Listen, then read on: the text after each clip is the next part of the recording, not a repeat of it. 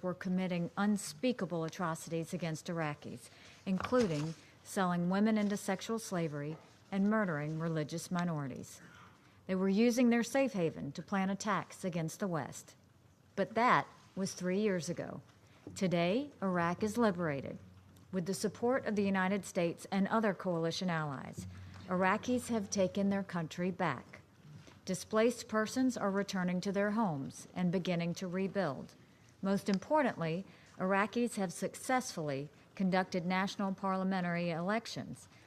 Iraqi security forces went from taking territory back from ISIS to protecting polling places in just a few short months.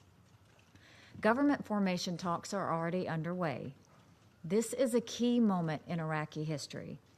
Iraq's next government is going to make a series of important decisions that will set Iraq's course for decades to come. It will fall to Iraq's next government to decide whether to truly value diversity and create opportunities for all of Iraq's people. This includes some of Iraq's most vulnerable citizens in towns and villages far from Baghdad. The next government will have to decide whether Iraq is serious about elevating female leaders, and it will be responsible for governing inclusively. That means setting policies that allow Iraq to close the door on the extremism and the sectarian politics that have caused so much suffering before. Iraq's next government has its work cut out for it. Bold leadership will be required.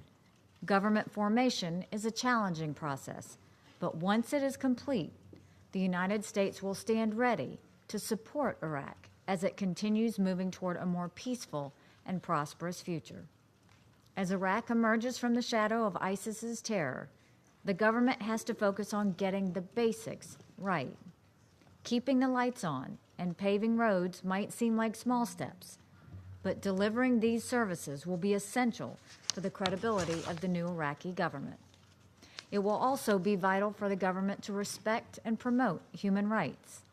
Especially after ISIS's crimes, Iraqis must be confident that their leaders will uphold the rule of law and pursue accountability for atrocities. One important part of this effort will be the work carried out by the UN and Iraq under Security Council Resolution 2379 to collect evidence of war crimes, crimes against humanity, and genocide by ISIS.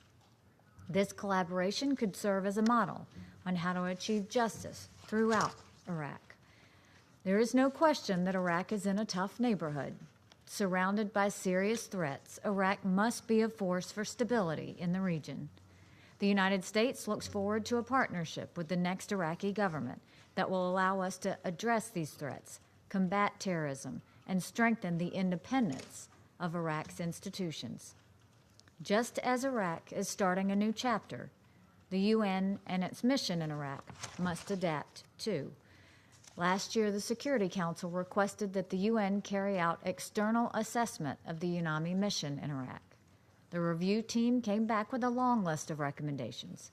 Many are quite technical, but they add up to an important vision for reform, one that would make UNAMI more efficient and better at coordinating among the many different UN agencies that operate on the ground. Now the responsibility falls to the Secretary General to fully carry out these recommendations and keep the Council informed on their progress.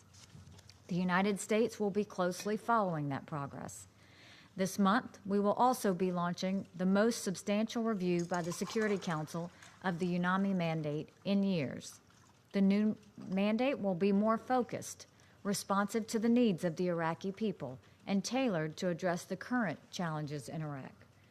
The UN must target the areas where Iraq needs the greatest support, such as political reconciliation, delivery of humanitarian aid, and support to government institutions to deliver basic services. Iraq's achievements in defeating ISIS and carrying out elections deserve our collective recognition and praise. Iraq has taken major strides toward a more stable, secure, and democratic future. Now, Iraq's leaders have the hard task of assembling their government and showing that they can deliver on the high expectations of their people.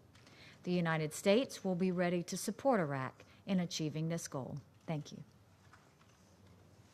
I thank the representative of United States for her statement.